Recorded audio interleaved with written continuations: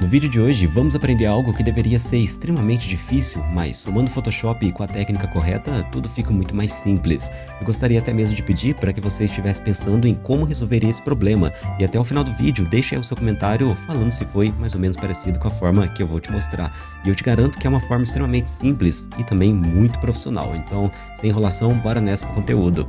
Galera, tem vários vídeos que algumas pessoas não seguem todas as etapas que eu falo no conteúdo e, claro, depois chegam furiosos aí nos comentários falando que não funcionou pro caso dela ou então que seria somente para os meus exemplos, né?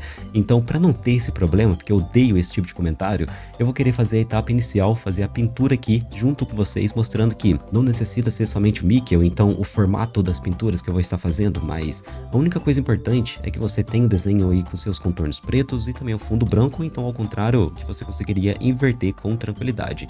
Então, para começar, eu vou criar uma nova layer aqui zerada. Vou pegar um brush mais ou menos aí de pintura mesmo, colocar a cor aqui inicialmente do azul mesmo, fazer a primeira parte da pintura.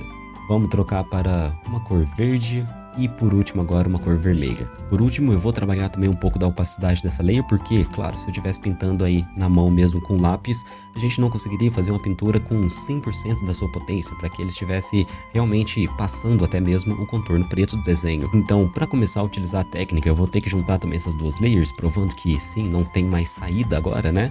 E a primeira etapa seria muito interessante se a gente conseguisse remover essas cores, se a gente conseguisse então estar observando basicamente só o traço que está por trás dela. Mesmo assim, nessa primeira etapa a gente já vai conseguir resolver grande parte também do nosso problema. Então, para a gente trabalhar com as cores, uma boa ferramenta seria o Hue Saturation.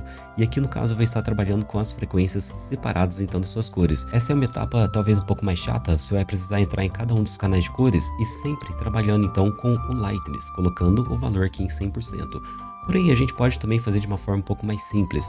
Aqui embaixo nós temos então um controlador de quanto que esse canal de vermelho ele vai estar restrito então para as cores que estão presentes na minha imagem. Porém, a gente pode também estar trabalhando para deixar toda essa captação da cor vermelha de uma forma um pouco mais ampla. Então, para que ele pegue também cores um pouco mais azuis, cores um pouco mais quentes, e assim então somente com o canal de cor vermelha a gente já consegue retirar muita quantidade aí de cores.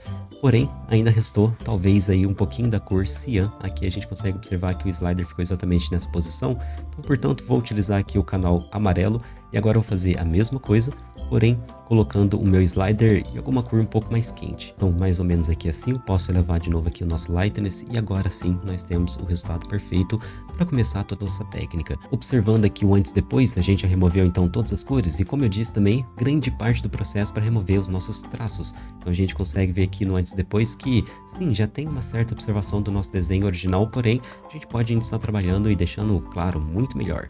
Essa parte aí de melhorar, então agora a gente vai estar clipando todas as camadas aqui em uma layer única. Para isso eu vou apertar então o Ctrl ou Command mais Shift mais Alt mais E no teclado. Dessa forma eu tenho aqui a layer 2 e a partir da layer 2 a gente vai começar a fazer alguns ajustes de seleção. Então para isso eu vou entrar aqui em Select e depois em Color Range. Essa é sempre uma ferramenta maravilhosa para a gente estar selecionando tonalidades específicas na fotografia, como por exemplo então tonalidade aí da pele, em Skin Tone.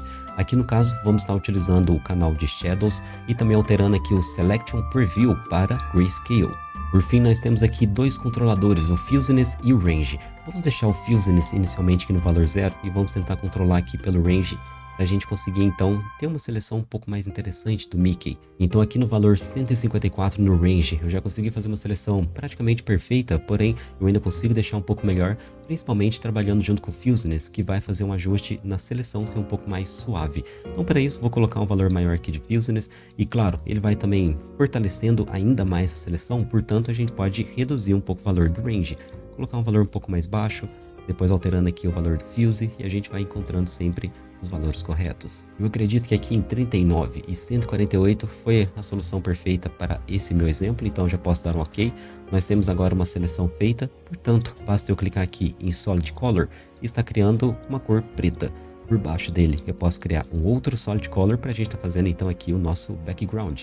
Observando aqui pela camada do primeiro Solid Color que criamos, a gente segura o Alt e dá um clique por cima dela, consigo ver ó, que tem uma parte ainda que está sendo selecionada nessa área. Portanto, a gente pode fazer um ajuste manualmente, né, utilizando o nosso brush, colocando a cor preta e a gente pode vir pintando então toda essa área. Claro que o interessante é eu gerar um pouco mais de zoom, estar observando tudo isso daí com mais tranquilidade e aqui até mesmo na parte de dentro, posso estar alterando para branco e fazendo a mesma pintura caso eu sinta a necessidade. Feito tudo isso, então a gente pode retornar para a nossa fotografia e temos aqui então o nosso Mickey perfeitamente selecionado. Vamos observar aqui o antes e depois, porque eu até mesmo esqueci o quão caótica a fotografia estava. Então a gente começou com esse exemplo aqui e finalizamos então com uma seleção perfeita e recuperando então toda a nossa fotografia original. Essa é uma técnica muito específica, né? Caso você tenha um filho, ele tenha apertado o botão e juntou todas as camadas de uma pintura que você estava fazendo há anos, mas de todo jeito agora você já consegue reverter isso daí e não precisa fazer nada mais do zero. Deixe aí nos comentários se você estava pensando nessas etapas lá no começo do vídeo, ou até mesmo se você pensou em etapas completamente diferentes. A gente vai ficar muito feliz de conhecer outras formas aí de fazer a mesma coisa. Muito obrigado por ter assistido e a gente se encontra no próximo vídeo.